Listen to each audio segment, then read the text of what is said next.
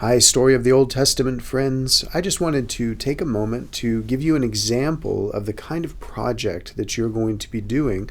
And I've titled my project, But Why Canaan? Because I'm dealing with the text in Genesis 9, verses 18 through 28, where Noah gets drunk and the whole story kind of culminates in this character who we hadn't even encountered yet, named Canaan. And I'm curious as to why. But more on the story in just a moment. First, it's important for us to really understand the project that we're doing. So, as you get started, go back and review your instructions, make sure you really understand what it is you're supposed to produce, and then use this guide, work through the various tabs, to help you understand how to get within the text, how to get behind the text, how to think about what's in front of the text, and use these resources and videos to help you find the information you need to support your thinking and your interpretation. Then, as a group and individually, you're going to want to spend time with your text. Just read, live with the text for a bit. Let it speak to you. Really think about it. And then you'll work the levels within, behind, and in front of, and you'll start compiling ideas and finding resources to help inform your thinking. Then you're going to create a presentation. You might want to script out what you want to say, and you'll create something that looks a bit like this, using both text and images, as you explain what it is you found in those different levels of interpretation. And finally, you're going to record your presentation. You can use online software that's freely available, something like Screencast-O-Matic, or some of you know how to use iMovie or other different types of software to help you create a video where you can capture your presentation and record your voice and publish it all as a video. So that's what you're going to be doing. Let me show you kind of how I was thinking about a particular text as an example. So first of all, we have to think about what's within the text. That has to do with naming characters, understanding kind of how the plot flows, what the setting is. This story immediately follows the flood narrative. It seems to offer a last word on the rainbow covenant. The characters are Noah, of course, and then his sons, Shem, Ham, and Japheth. But then Ham's son Canaan is named as well for some reason. The setting is out of the boat, a vineyard that's been planted, and a tent. So the story begins with Noah passed out drunk, naked in his tent. Ham sees his father's nakedness, and we don't know any more than that. The story doesn't say what he does exactly. But Shem and Japheth seem to do something more honorable, and they cover up the father's nakedness. And then Noah curses Ham, and he blesses Shem and Japheth.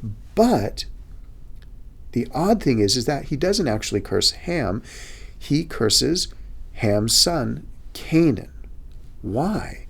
Canaan hasn't even been a character in the story. Canaan's not the one who did whatever it was, but Canaan gets cursed. So within the text, it's difficult to discern the meaning.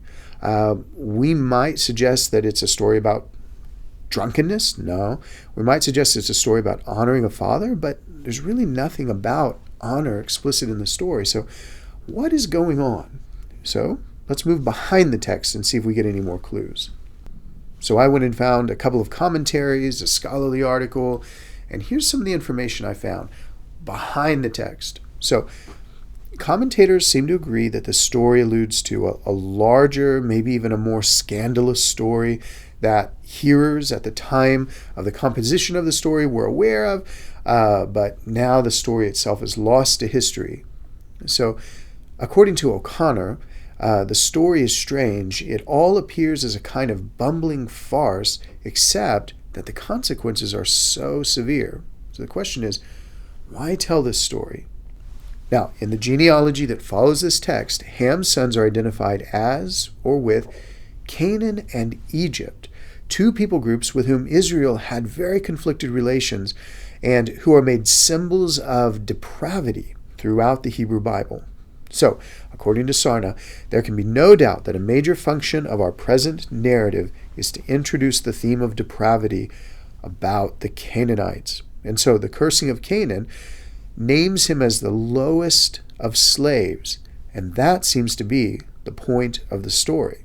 According to O'Connor again, the episode is etiological. It's about beginnings. It explains antagonisms between Israel and the people of the land when Israel conquers Canaan, as recorded in the books of Joshua and Judges. Behind the text, we seem to be getting some more clues as to the meaning and purpose of this particular text. But then let's look at what's in front of the text. Now, from the scholarly article that I found, I discovered that this text has been used throughout history to other particular groups. What I mean is, throughout history, this text has been used to legitimize violence against particular people groups who get associated with Canaan, which means they are associated with the curse, which means violence against them is legitimate, at least in the eyes of God and of the Bible. According to Yamauchi, no other verse in the Bible has been so distorted or disastrously used down through the centuries for the exploitation of Africans and African Americans. Maybe you didn't know that Genesis 9:18 through 28 has been used throughout the centuries as a dangerous proof text that can be used to continue to support nationalism, racism, sexism, heterosexism, and other oppressions. Proof texting rips a text from the story and adds it to others to prove a point. Proof texting does violence to the story itself by chopping it into pieces and ignoring the larger context. That's according to O'Connor. So, my takeaway from this exercise, working within, behind, and in front of the text, is that it's important to pay attention not only to what texts say, but especially to what they do. And in this case, easy assumptions and proof texting can do violence to neighbors today as well as in the past. Finally, I want to show the sources that I've used. And that's it, friends. That's how to get through your interpretation project. Good luck.